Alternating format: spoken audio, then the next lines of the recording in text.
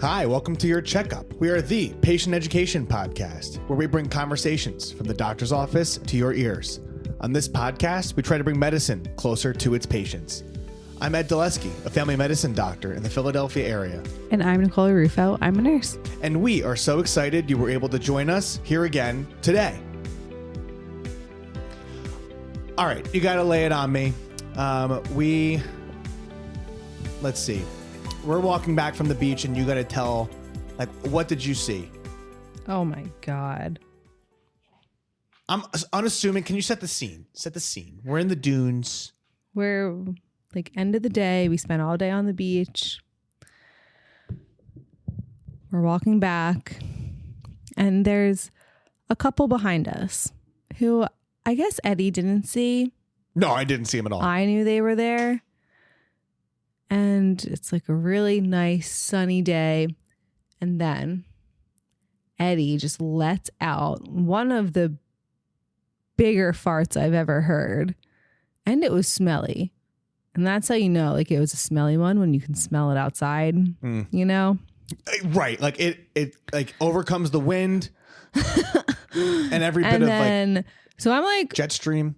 And it was loud.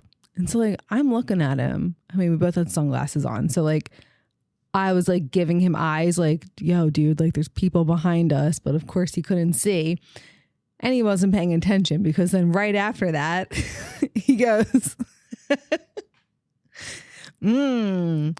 beach poops smell different. Like yells it. And I'm like, what is happening right now? So then we get like off the little pathway. Like we're on the street now. And the girl, like both of them like look at me because I was behind him, like look at me and then just like look at him and like laugh. And then they walk in opposite direction. And then Eddie keeps walking just blissfully unaware. I had no idea of what just happened. He's so happy. He, you know, feels this release. And yeah. Literally no idea that happened until we were like practically back. And like you told me the story and I was like, there were people around. Like normally the social grace is to like maybe hold it until the appropriate time. I thought I was on a deserted island except for you. And you just get the pleasure of being around for all of these. But wow. Yeah, but they had such a positive demeanor about it that I felt okay about it. Beach poops do smell different. Tell me wrong.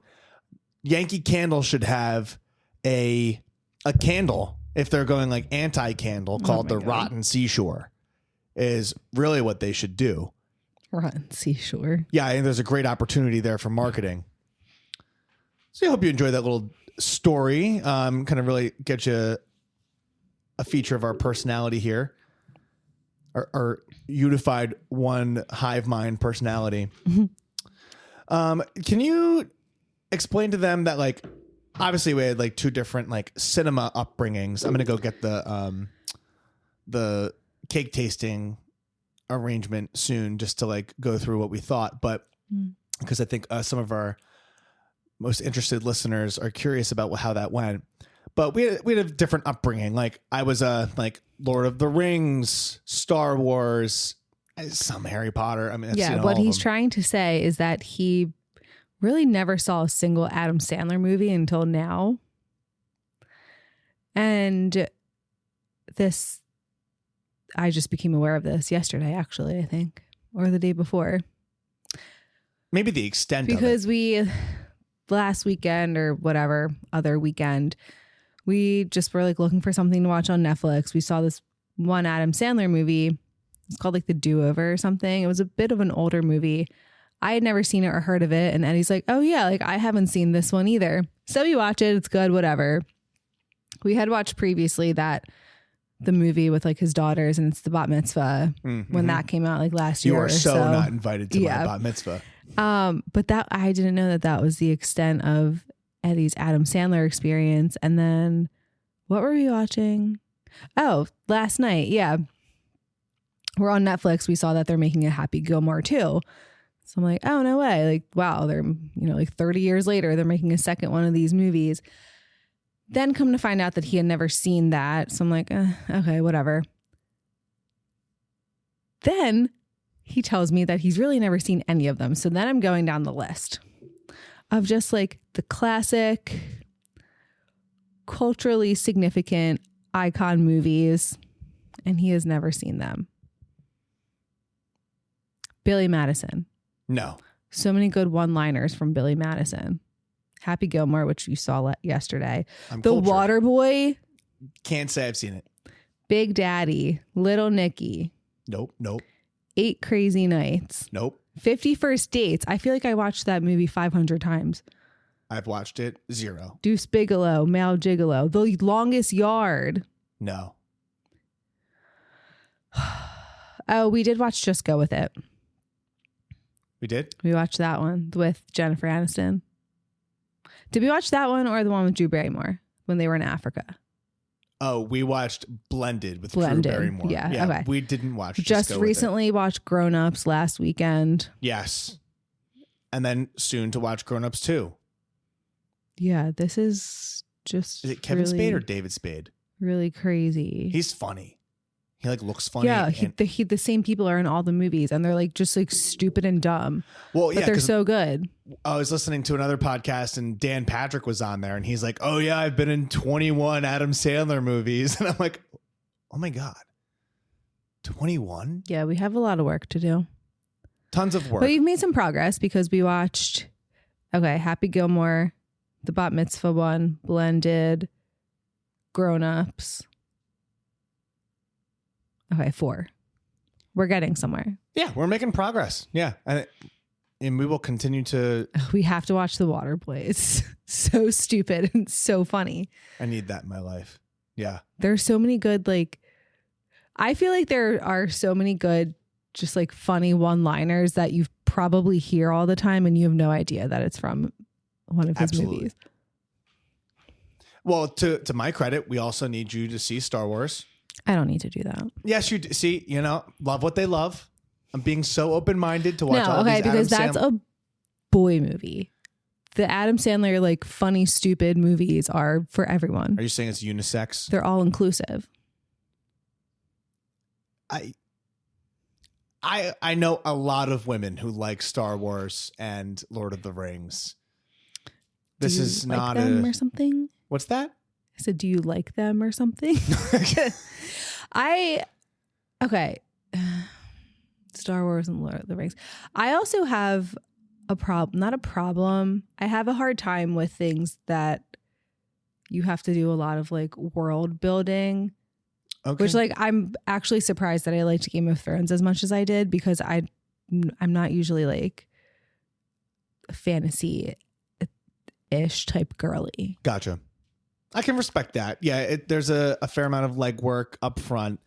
I'm not asking you to be like a diehard super fan of any of them, but what I am asking is just an open mindset. Leave the door unlocked, at least if it's not open, to because I actually don't think anyone in your family has seen those. And Yeah, we were too busy watching Adam Sandler.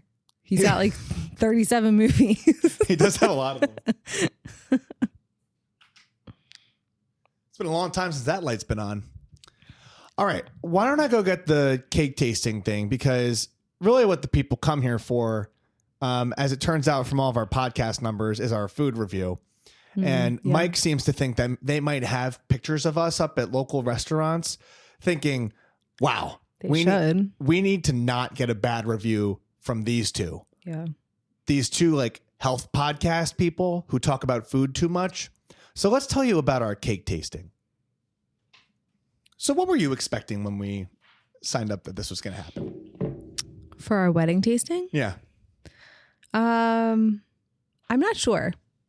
Me neither. I'm not sure what I was expecting. I feel like I remember her saying that it was like a private thing, but then I also couldn't remember. But then I also talked to like someone at work who had used like the caterer, like venue people that were using. They have like 16 venues or something crazy. So someone at work got married at one of like this caterer's other venues, and their tasting was with like 8 other couples. And then I was like, oh wait, is this going to be the same? And it wasn't. And it was so fun. It was just like a private a private tasting with like us and one of the chefs. And we got to try, well, we like picked what we wanted for our wedding menu before. So like that's what she made, like the main dishes. And then we got to try a couple of the like appetizer cocktail hour things, which were all delicious. Yeah. And then I didn't know, I wasn't expecting that we were going to do the cake tasting during that too. Mm-hmm. So that was a fun surprise. That was so much fun. And I'm like I'm not a cake girly. I would much rather have like ice cream over cake. But it was so much fun. It was a ton of fun, and it was absolutely There were delicious. like 12 different flavors of cake, and then like 7 icings, a couple fillings. So I got definitely. I got 12 cakes and 10 icings. Eddie has the layout they gave us. Yeah, and which the prospect of that was overwhelming. The food was delicious. The salmon was a huge takeaway. That was absolutely out of this world, and the chicken was very unique. It was like an apple chicken. Yeah, we didn't remember that we like had ordered the apple chicken. No, that's a bold thing that doesn't get you steak included. I know. So there's that. So they also came out with these little like, I don't know what to call them. They were like these little balls. There's so much more elegance to it because the way she described that it took all day to make these balls and this garnish that went with them. I feel bad that that's the only thing I have to say about it. Oh yeah, I forget what they were called. We're gonna have to ask Heather, and I want like an entire plate of them at our wedding. Yeah, that was delicious. They had these portobello mushroom croquettes, a garlic shrimp on a skewer, which was, of course, excellent, and the Caesar salad was. Oh, they had like a Moroccan chicken skewer thing that was good. Oh, too. that was really good. Also unexpected, and I think there's going to be like 5 or 6 more because there's like 11 hors d'oeuvres, which is like so great that those are all included, and the salad was great. It was so cozy in there, like, and the salad. I mean, I guess I'm hoping that it's the same when it's all for like a big group of people and not just us. Sure. I feel like I have a weird thing with salad. It's not a weird thing, I don't think, but I liked that it felt like the salad was all like chopped and all incorporated together, and it wasn't just like lettuce and then a carrot and then a tomato and a cucumber, and it's just all separate. I like it all like chopped and together. Like if you put a salad in front of me that it's just like a bunch of things on top of each other, get it out of here. You do need a salad. The salads that impress me the most are the ones that seem like an artist took each piece of lettuce and painted the dressing on the lettuce. How one gets that? But like everything's incorporated. Like on your fork, you can have a part of everything. It's most important to me that it's painted on. Yeah, we know. You're a big condiment guy. It's important to me is all I'm saying, but I'll eat it. I'll eat it anyway. I hear you. And, I hope, when you multiply it times how many people we're having at the wedding, I hope that it works out that way. I have confidence in them. They seemed great. It was just such a cute, intimate dinner that was unexpected. Yeah, and it was. I thought that was great. And we already talked about the entrees because we were excited about that. But let's get back to the cake. Let's go back to the cake. The entire thing was, we started liking everything to start, which was bad because we were like, oh no, what are we going to do? We have to pick one, or if we do we cupcakes, don't have to. 3. Yeah. Or if, with it being a 3-layered cake, you can do some sort of weird, like each tier is a different flavor. Perversion of, you put it better than I could. So there's no great way to start this off, but I seemingly remember that we tried chocolate chip first. Yeah, that was good too. It also was I know good. It's not on our like list of things, but it might have to be on the B list. Did we describe how it came out? I don't think so. Well, it was on a giant platter, and all of they gave little like nuggets of the cake. It was like a little square bite of each flavor. There were like 12 of them, and then little cups of all different flavor icings, and then a couple fillings. icing can so frequently have this like sugar done up, refined type of flavor to it, too sugary, very sweet. None of them had that. It was all creamy and savory, and it wasn't too sweet. And I thought that was absolutely delicious. I don't know what the best way to go about this was, but there were a couple highlights that I wanted to hit on. What I will say is that almond chiffon, vanilla chiffon were not anything that I was too excited about. They were delicious, though. Mm-hmm. How'd you feel about the carrot?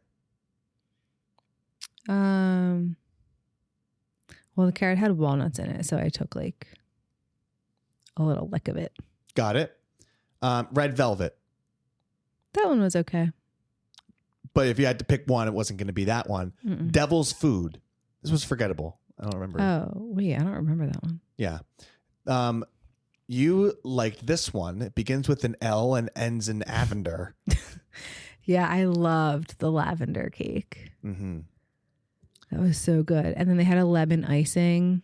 It's like the lavender and the lemon was really good. And it was also really good with the vanilla icing. Yeah, it was great with the vanilla. We actually missed each other here. I thought that the flavors, maybe my little boy palate wasn't ready for a lavender lemon cross collab album. But did you try the lavender and vanilla? Yeah, that was delicious. Yeah. Yeah, absolutely delicious. There was a tea.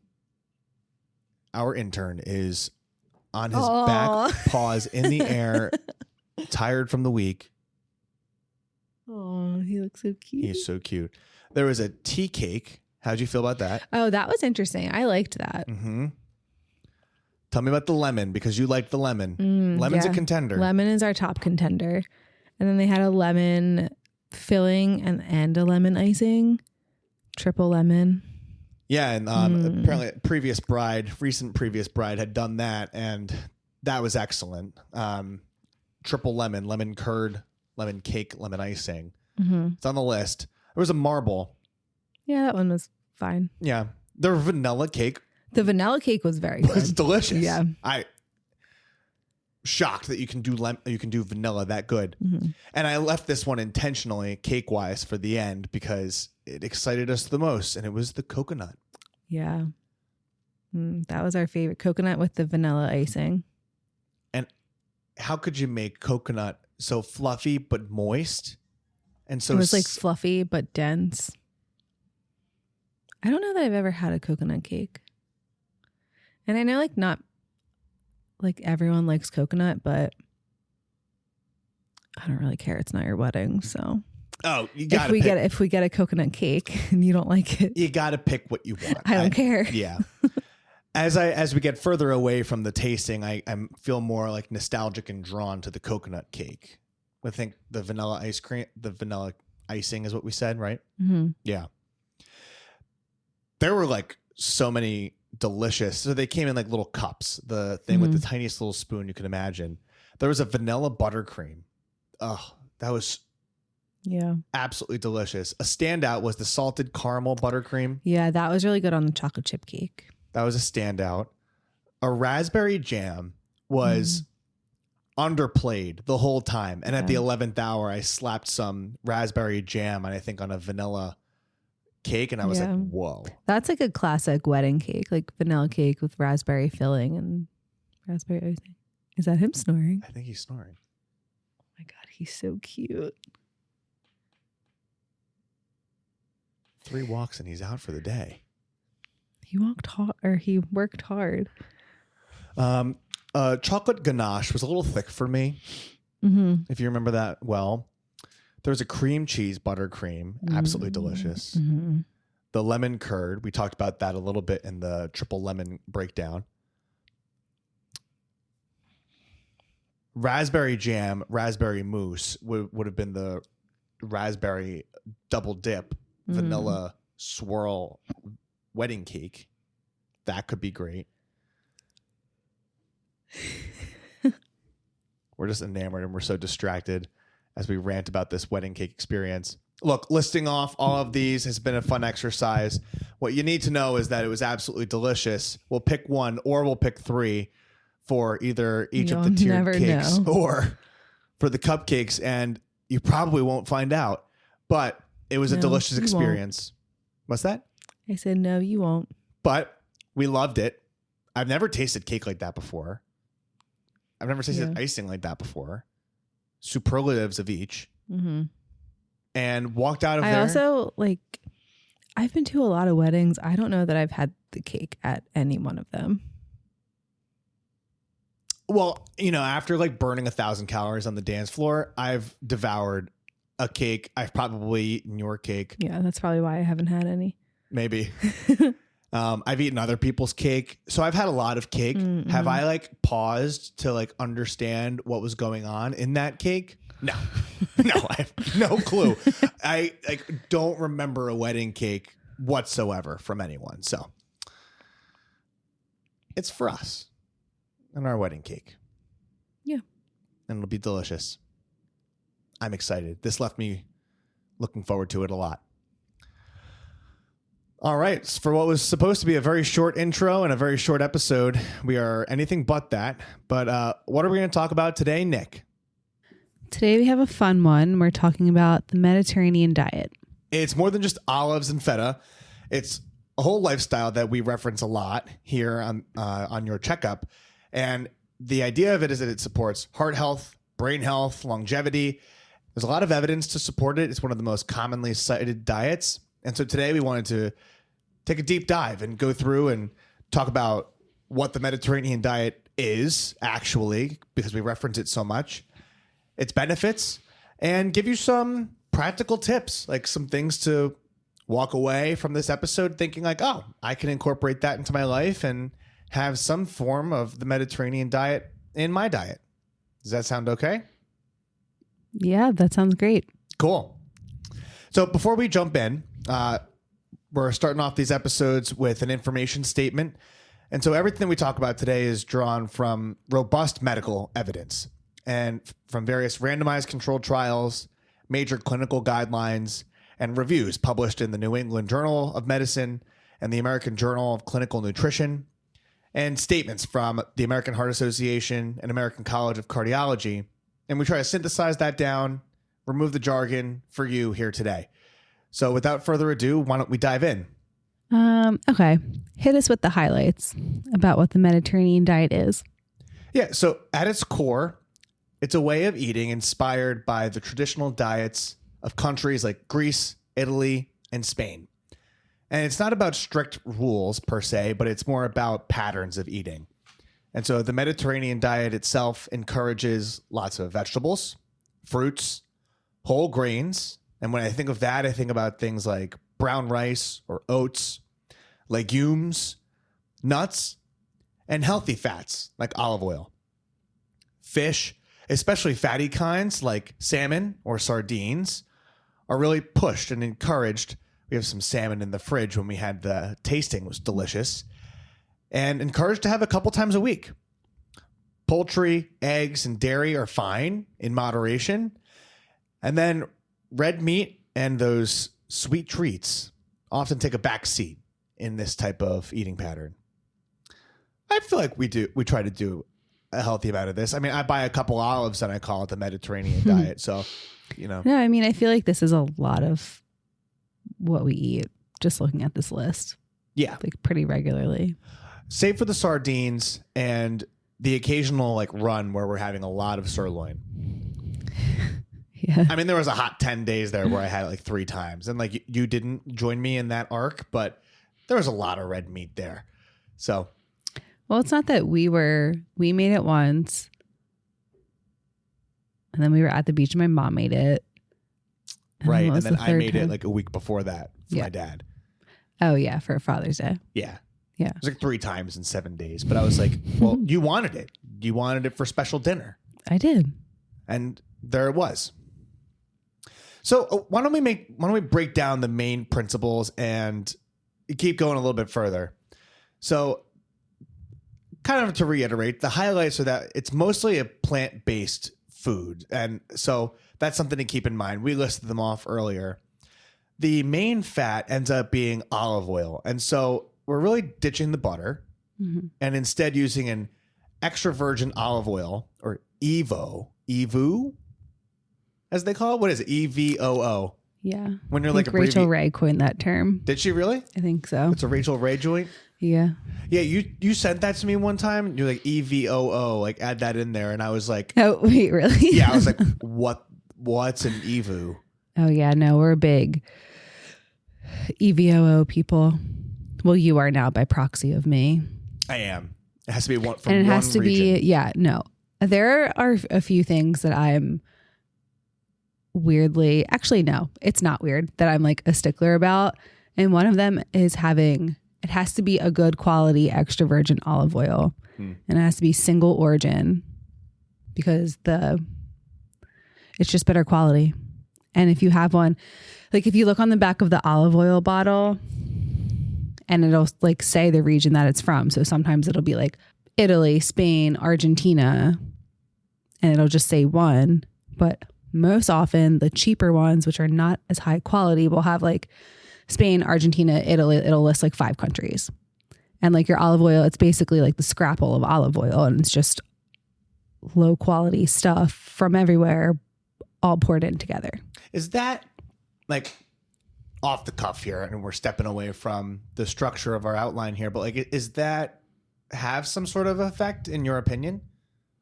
Or is it like I don't know. It's just better quality. It makes me feel better about it. I don't know why I need it to be that, but I do. Okay. And there is a difference between olive oil and like vegetable oil or canola oil. Get that out of your house. What do you mean by that? Because canola oil is like the worst thing you can put into your body. And it does not come in this house. Okay. It's in all of the salad dressings, all of the sprays. Don't buy a spray that has that. Buy only avocado oil or extra virgin olive oil. Make your own salad dressing. It's not hard and it tastes better. Ooh, yeah. That's what I have here, is that, using the olive oil for the salad dressings. And maybe you can take us through one of your famous salad dressings once we get to that part of the episode, I think. So we talked about, moving on to the fish, talking about fish and seafood that are regularly incorporated. We highlighted salmon and sardines, and we talked about a bunch of these features already. Poultry, eggs, dairy in moderation. We're going to talk about like ways you can incorporate those into the diet and limiting processed foods. And we've talked about this in past episodes.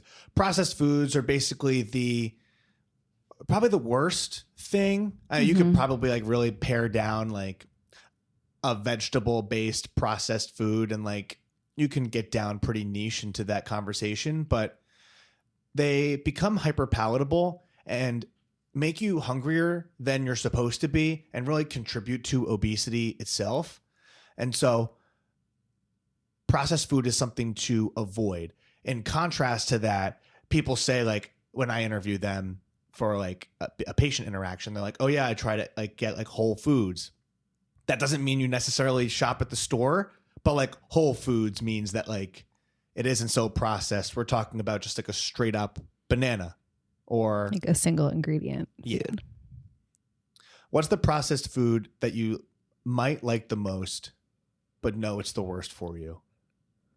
Oh, I mean, probably any kind of like cured meat or like deli meat. That's also turns to cancer in your body, but it's so delicious. It is delicious. We spoke with our cardiologist, like our friendly neighborhood residency cardiologist, and he said if there was one thing he would take as a huge win to remove from people's body and their diet, it was the Italian hoagie, which shot me in the chest as like a Subway Italian BMT, put everything on it and extra growing up.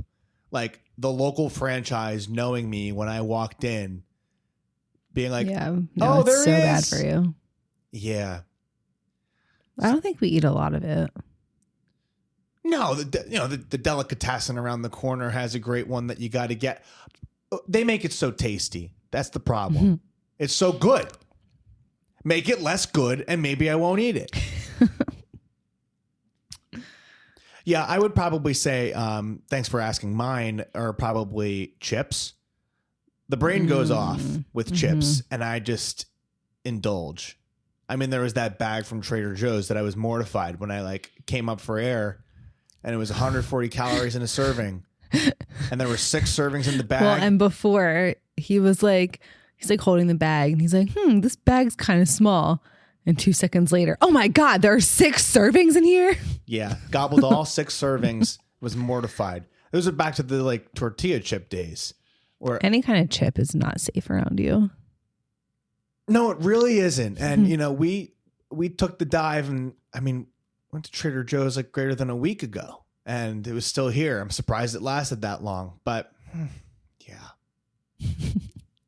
there's that. So processed foods are something to think twice about if you can afford. Unfortunately, they're often more affordable than the other foods, which is a damn shame. And they last longer, which is also more convenient because produce does not keep that well. I don't know what your stance on frozen vegetables is. I mean, I think it's better than not having any vegetable at all. Mm-hmm. But freezing it, I mean, it changes what am I trying to say? Like the structure of it. Like there's less, like the fiber is damaged when it's frozen. So like there's not as much in it. So like that part of it, it's not like the nutritional value isn't as high as like a raw vegetable or a cooked vegetable. But I mean, it's better than nothing. Sure. Yeah, that because they go bad so poor. I mean, like some of our bins are just like produce graveyards, and it just happens. It happens to anyone, and like something to be improved on. That's me. That's a me problem. Any other thoughts before we move on to the next segment? I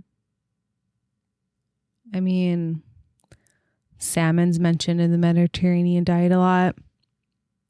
And like is now my diet, like my time when I go on my diatribe about why your fish should be wild caught and not farm raised. Oh, I think it should be. Yeah, tell us. That's another thing that I'm particular about. Yeah. Walk us through your thoughts when it comes to farm raised versus wild caught, anything but in this particular case, salmon. Well, it's the same thing with the olive oil. Like it's just better quality and like a healthier fish that you're eating. And like when you're looking in the grocery store, it depends what store and, you know, what like brand of, you know, wherever you buy your fish. But the farm raised fish and the wild caught fish always look different. They do.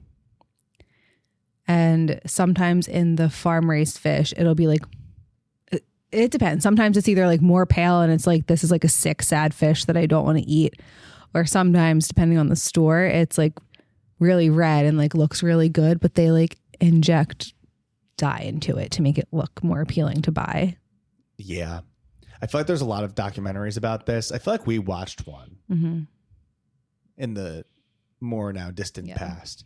So it's just, I mean, it's a bit more expensive. I think salmon in general isn't like the most cost efficient thing you can buy. So like, I mean, if you're spending the money on salmon, get the better one. Sure. It's all part of my plan to make Eddie live forever. It's working so far, knock on wood.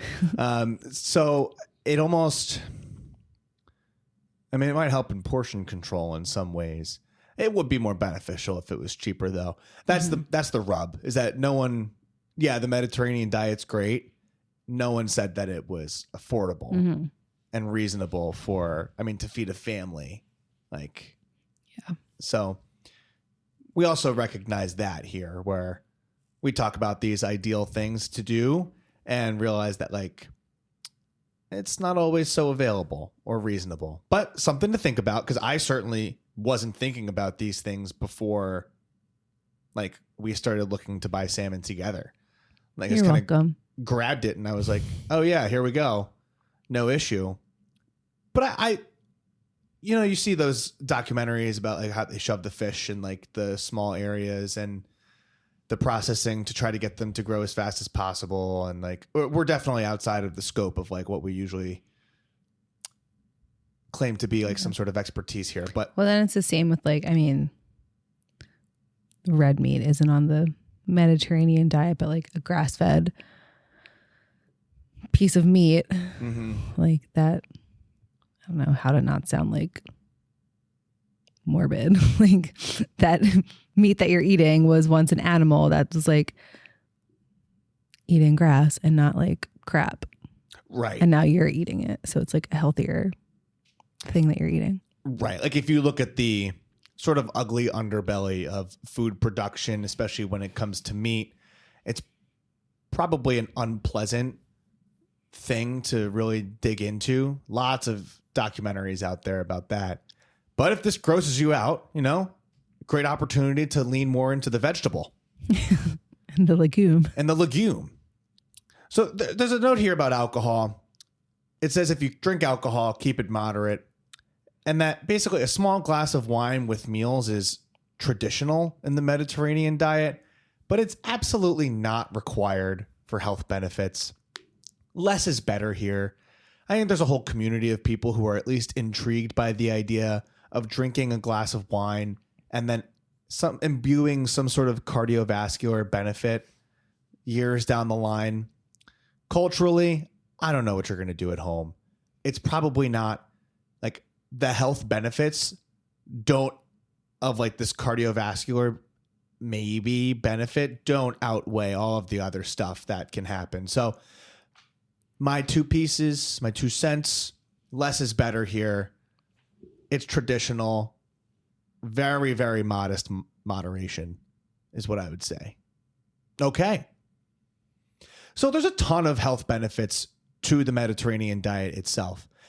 It formally, well studied and established, reduces the risk of heart attack, stroke, and cardiovascular disease. That's crazy for just, I mean, yes, it's the food that goes into your body, but this is something that you can be proactive about and really take a look at and say like, wow, I had this conversation with my doctor and they said my 10-year heart attack, stroke risk score is 25%. And I see this online all the time. And they're like, what's something I can do that's natural? Incorporate some of these elements into your diet. I mean, it's not easy. Behavior change takes a long time. It's a thing that is tough to incorporate consistently, but this is something to think about. There are legitimate benefits here to help people. And the benefits don't stop there. There's evidence that it helps prevent and manage type 2 diabetes and that it helps support and sustain healthy weight management. And there's a lot of benefits because there's more vegetables, you have more fiber, more healthy fats, helps contribute to your gut microbiome and reduce inflammation, perhaps improving your metabolism. But all in all, it's just a good idea to think about this. This is like the most evidence-based diet, the thing pushed forward the most. And I mean, there's no like big pharma attached to this. It's just like a big Mediterranean. Big med. I feel like that could be misconstrued.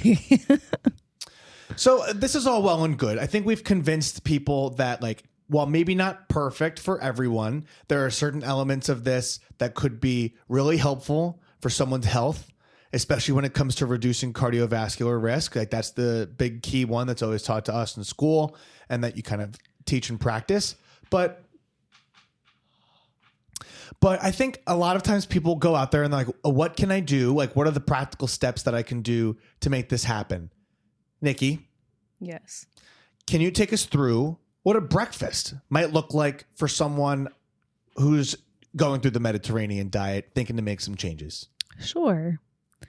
We have some Greek yogurt with berries, maybe some nuts, and a drizzle of honey. We've actually been doing that a lot lately. We have. Or some whole grain toast with tomatoes and olive oil. Now I feel like I want toast with tomatoes, and we ate all the tomatoes that we have. We definitely did. And I guess I wonder, would ricotta also fit in this? Because we've been doing some of that as well. I don't know how much dairy plays a part in You said dairy in moderation is yeah. where we were at. So maybe the Greek yogurt would satisfy that. Oh, yeah. But Duh. this all sounds delicious. What do you think? Yeah, I want a piece of toast with a tomato now. I love tomatoes. You do. Quick aside, Like a summer heirloom tomato. I love it so much. It's like my top 5 favorite foods. is that a Jersey flaky tomato? salt. I don't know. 'Cause your mom's talking about Jersey tomatoes, and I'm like, Yeah, Mary loves a Jersey tomato. No, I seriously love them. Like when my boss gave me those tomatoes from her garden last summer. Do you remember that? That was like the happiest day of my life. And like I told her that, and I think she thought I was being sarcastic, but I'm like, no. That made me so happy. There were a bunch of them, and every day after work, I had my after school snack, and it was just a tomato. And it was delicious. Absolutely delicious. Big tomato gal over here. Can you take us through what a lunch might look like for someone on the Mediterranean diet? Sure. Lunch, you could have some mixed greens with some chickpeas, more tomatoes, olives, feta, and maybe a little homemade olive oil lemon dressing. All right. Take us through. Give us a little sample. You know, this is in the family recipe book. I know I said it wrong. It's more for the bit than it is anything. Tell us a little bit about a homemade dressing. What are the staple elements to do that? Okay, you need oil, a good quality extra virgin olive oil, and then either like a vinegar or a citrus. So either like lemon juice, red wine vinegar is good. Usually a 2-to-1-ish ratio of the oil to the lemon or the vinegar, whatever the like acid part is. A little zhuzh of some Dijon mustard if you're feeling crazy. And then salt, pepper, and then whatever other like seasonings you want. Could put a little like grated Parmesan cheese in there. But it's really easy. Yeah, you broke it down And there. it's way better for you than anything you buy in the store. That's just filled with canola oil. Yeah, and like God knows what else, right? Yeah. Like in there. Can you keep it? Yeah. You can keep it. You should keep it on the counter though, because it'll all just like get weird in the fridge. And then you mentioned vinegar. You said red wine vinegar. Can you use any other types of vinegar? Oh yeah, and apple cider vinegar is good. There's also a dressing I've made before with like some soy sauce in there, like some soy sauce, apple cider vinegar, oil, Dijon. Yeah. Yeah. So it sounds like there's like a ton of variety that you can do. There were some fundamental elements in there. Sounds like you need the extra virgin olive oil, a vinegar, and the acidic component. Am I right to say that? If you like balsamic vinegar, you can put a little like zhuzh of honey in there if you want it a little sweeter. I've seen like maple syrup. Yeah, that too. That happened last week or just this past week, earlier in the week. How many times can I say week? Oh my God. Week. What else? Thank you for sharing that. I mean, hopefully we inspire some people to like really get creative in the kitchen. No, it's really so easy. And you probably already have all those things in your house. And if you don't, you should get them and become an ingredient household. And then you can make whatever dressing you want whenever you feel like it. Yeah. And then like you can make salads interesting and creative too. Like you try something new and different, which is awesome. I mean, this is a huge eye-opening experience in our time together that like I love that piece. I love when you make a salad dressing like that. Huge endorsement. I'm really stepping outside of never my made normal, a dressing before. my normal role here of like, I love this stuff. The first breakfast salad that I had changed my life. And, you know, just for keeping family secrets, we won't say it on air, but like I love the breakfast salad. And then it's just like every week comes out a new salad dressing. I drink the stuff. That's probably not Mediterranean of me, but like I take it out of the mason jar. And he has a problem with condiments. Yeah, that's more a me thing than anything else. But guys, let me tell you, the stuff is great. Try it at home. Really transitioning here. Don't eat the whole can of chickpeas. I became a hefty boy when I started doing that all of the time. here and there, like there's like probably like a serving and a half, maybe 2.5 servings in a can of chickpeas. Double check me on that when you get the chance. Really high in protein, really high in fiber. I love the chickpea itself. I was a beefcake when I was eating chickpeas all the time, unwarranted and like without limit, because I thought it was the best thing. So everything in moderation is what I'm trying to say. Even the best foods in the Mediterranean diet can deserve a little moderation. That's my diatribe on the chickpea. I'm also seeing whole grain pita with hummus and veggies, and that's a lunch. That's a great option, but it all starts at the grocery store. We can pause there for a second. We talked about a dinner. Can you take us through what a dinner on the Mediterranean diet might be? Sure. Maybe like a few times a week you have some grilled salmon, roast some eggplant, zucchini with some quinoa. This actually sounds really good. I think we have quinoa in the kitchen too. Or you can make a chicken stew. Not quite sure what that entails, with some tomatoes, garlic, and herbs served with brown rice. No notes on this. Chicken incorporating the lean meat there as opposed to a red meat, which is a great option. I don't have any thoughts about dinner, but it's just another idea for you folks out there thinking about how can I be Mediterranean. Everyone likes to snack. Can you take us through a couple different ideas for what you can keep in the house to snack on? So yeah, fresh fruits and veggies are always a good option to have. List a couple, because I think like we've been doing a lot of hand waving, like fresh fruits and veggies. What can people pick up and like, we have some in our fridge now. Carrots, bell peppers, cucumbers. I feel like the fruit is more seasonal right now. Get some like watermelon. That's good. We just got a good one. I might have some tonight while we watch Love Island, because we don't have any processed sweet treats in the house. So I guess I'm going to have to eat some fruit. I know you're really to cure my sweet tooth. You're really like leaning into me on this of like, but the chocolate chips don't count for the calories. So, and then some nuts. So like almonds or walnuts are good to snack on too, but also very calorie dense. So do it. Can you break that down a little? What is like, no jargon, explain calorie dense. What does that mean? That there's a lot of calories for a little bit. Yeah. I mean, like here I am thinking I'm great. Oh yeah. Even Eddie just like, you can, if you have a little scale that's more accurate, you can like weigh it or measure it, or count them.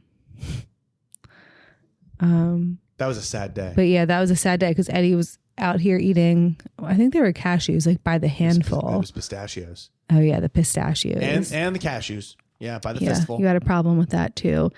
And Eddie is not a small guy, so he doesn't have small hands. So he was eating many servings very quickly. And it was sad when you like broke out the scale. Yeah. And then, because I like packed some for your lunch, like one serving, and you were like, wait, that's it? This has 120 calories? Oh, I was mortified. Yeah. I think he was like, I'm eating 400 calories a day just in nuts. Oh, yeah. It's a miracle that my weight like stays the same or behaves the way it does, because that's so crazy. Wow. Anyway, it must be so nice. And as we talk about all these foods, it all starts at the grocery store. And so when you go there and you're making your decisions, maybe plan ahead or know what you're going to pick out, because now you got a couple options, and a couple meal plans for the week to get creative. And there's recipes all over the place. But there are a few fundamentals that we want to share with you that we've talked about the episode, but we want to put them in a more itemized list for you. So we'll go back and forth here. But here are a couple key things to think about when getting started with the Mediterranean diet. Number one, fill about half your plate with vegetables at lunch and dinner. Look at the circle. Half. Dedicate to all those vegetables. I don't think a lot of people do that. Maybe they do. Maybe even sometimes my portions are off. I'm like, yeah, let's put all that meat and let's get even when it's like rice and chicken and vegetables, like pasta. Eddie 4 bowls pasta. Eddie 4 bowls of Rufo. Easy. It's my family's name. I've been calling him Eddie Four Bowls for the last couple of days because he had 4 bowls of pasta. Look, it's delicious. Can you take us through number 2? Swap your butter for olive oil. Yeah, easy win right there. Number 3, choose a whole grain over refined ones. I think whole grain meaning like you can just literally see the name whole grain on the bread, but a refined one would be what, like a standard white bread? Is that right? Mm-hmm. I'll just take them from here. Plan fish meals, maybe twice a week. And that goes back to going to the grocery store, making your plan ahead of time. Maybe you plan to have some fish more than one time during the week and see how that goes for you. You can use herbs and spices instead of salt. At some point, we're going to talk about the DASH diet, but you can still make food delicious even without a lot of sodium. And finish your meals with fruit instead of sweets. So, even like you were saying tonight, you're probably going to lean into the watermelon for a dessert. Not as fun, perhaps, as an ice cream, but if you do get a watermelon and you're in the right frame of mind, you might have the best watermelon you've ever had in your life. So just keep an open mind. You know who you are if you're listening to this and you understand what that bit was. So I'm just going to deliver some final thoughts about the Mediterranean diet. It isn't just healthy, it's probably enjoyable, sustainable, and really backed by some of the strongest evidence that we have in nutrition science. At the end of the day, it helps protect your heart, your brain, your weight, and because it's so delicious, maybe it makes you happier. It's not about cutting out food. It's all about nourishing your body in delicious ways to be able to improve your health. I don't know if you need to talk to your doctor before doing this because it's pretty standard and a nice thing to do, but maybe it's a nice idea to talk to your doctor or maybe talk to a dietitian if you aren't sure which way you need to head. But most importantly, thanks for coming back to another episode of Your Checkup.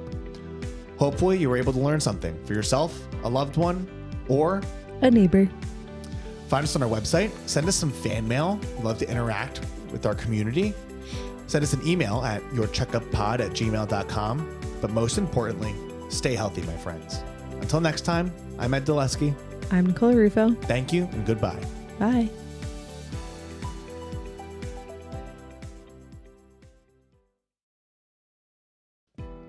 This information may provide a brief overview of diagnosis, treatment, and medications. It's not exhaustive and is a tool to help you understand potential options about your health. It doesn't cover all details about conditions, treatments, or medications for a specific person. This is not medical advice or an attempt to substitute medical advice.